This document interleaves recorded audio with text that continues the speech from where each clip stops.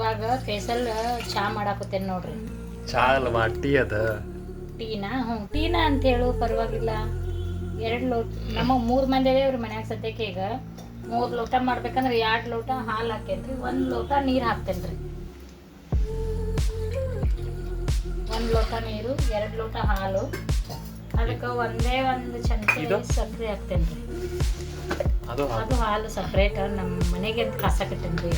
Extra ಆಗಿದೆ ಇದು. ಚಾಕ ಟೀಗೆ ಸಕ್ಕರೆ ಹಾಕ್ತೇನ್ರಿ. 2 ಲೋಟ ಹಾಲು, 1 ಲೋಟ ನೀರು.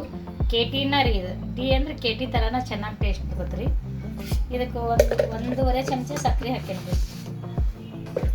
ಇದನ್ನು ಚೆನ್ನಾಗಿ ಕುದಿಸ್ಬೇಕ್ರಿ, ಸ್ವಲ್ಪ ಫುಲ್ ಇಟ್ಬಿಟ್ಟು. ಹಾಲು, ನೀರು, ಸಕ್ಕರೆ ಚೆನ್ನಾಗಿ ಬಾಯ್ಲಾಗ್ಬೇಕ್ರಿ ಇದು.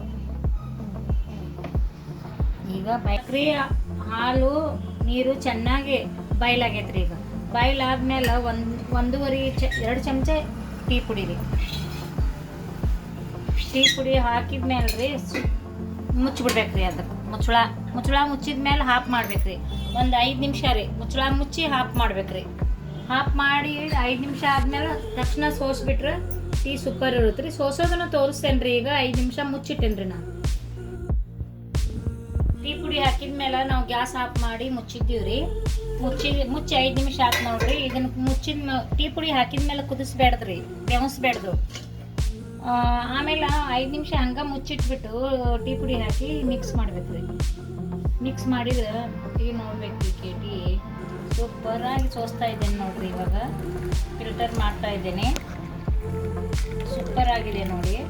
ಇದನ್ನ ನೋಡಿದ್ರೆ ಗೊತ್ತಾಗ್ಬಿಡುತ್ತೆ ಟೀ ಯಾವ ಥರ ಇದೆ ಅಂತ. ಬಾಯ್ಲ್ ಮಾಡಿದ್ರೆ ಟೇಸ್ಟ್ ಡಿಫ್ರೆಂಟ್ ಇರುತ್ತೆ ರೀ. ನಂಗೆ ಸ್ವಲ್ಪ ಜಾಸ್ತಿ ಹಾಕ್ಬ, ಟೇಸ್ಟ್ ಚೆನ್ನಾಗಿರಲ್ಲ ರೀ. ಬಾಯ್ಲ್ ಮಾಡಲೇಬೇಡ್ರಿ. ಹಾಲು, ಸಕ್ಕರೆ, ನೀರು ಬಾಯ್ಲ್ ಮಾಡಿ ಟೀ ಪುಡಿ ಹಾಕಿ ಗ್ಯಾಸ್ ಆಫ್ ಮಾಡಿ 5 ನಿಮಿಷ ಅಷ್ಟೇ ಇಟ್ಟರೆ ಸಾಕ್ರಿ. ಸೂಪರಾಗಿರುತ್ತೆ. ಕರೆಕ್ಟಾಗಿ 3 ಗ್ಲಾಸ್ ಆಯ್ತಲ್ವಾ? ಕರೆಕ್ಟಾಗಿ 3 ಗ್ಲಾಸ್ ಇದೆ ನೋಡ್ರಿ. ನಾನು 3 ಗ್ಲಾಸೇ ಮಾಡಿದ್ದು. ಇದನ್ನ ಟೇಸ್ಟ್ ನೋಡ್ರಿ. ಇದೊಂದ್ಸಲ ಬಾಯ್ಲ್ ಮಾಡಿ ಯಾವಾಗಲೂ ಕುಡಿತಾ ಇರ್ತೀವಿ. ಇದೊಂದ್ಸಲ ಎಲ್ಲ ಬಾಯ್ಲ್ ಮಾಡಿಬಿಟ್ಟು ಟೀ ಪುಡಿ ಹಾಕಿ ಹಂಗೆ ಮುಚ್ಚಿ 5 ನಿಮಿಷ ಗ್ಯಾಸ್ ಆಫ್ ಮಾಡಿ ಫಿಲ್ಟರ್ ಮಾಡ್ಕೊರಿ. Super tea. Uttara Karnataka KT.